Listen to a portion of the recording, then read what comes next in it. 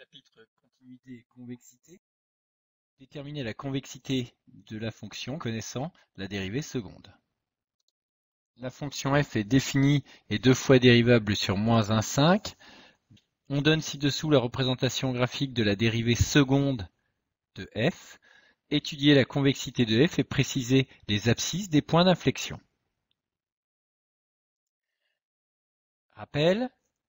Lorsque la dérivée seconde est positive, la fonction f' est croissante et la fonction f est dans ce cas convexe. Pour déterminer donc les variations de f', il faut étudier le signe de f seconde.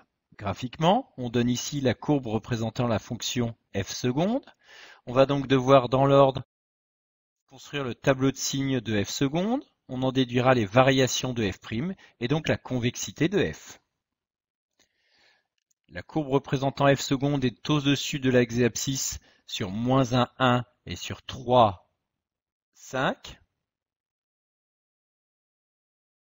On a donc f seconde positive sur moins 1, 1 et 3, 5 et négative donc pour x compris entre moins 1 et 3. Du signe de f seconde, on en déduit les variations de f' puisque f seconde est la dérivée de la fonction f'.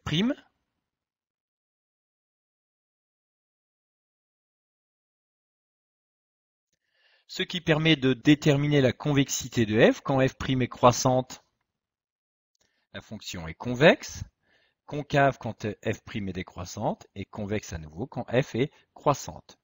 Quand on passe de convexe à concave, on a un point d'inflexion et de la même façon, quand on passe de concave à convexe, on a de nouveau un point d'inflexion, c'est-à-dire que la dérivée seconde s'annule et change de signe en x égale 1 et s'annule et change de signe en x égale 3.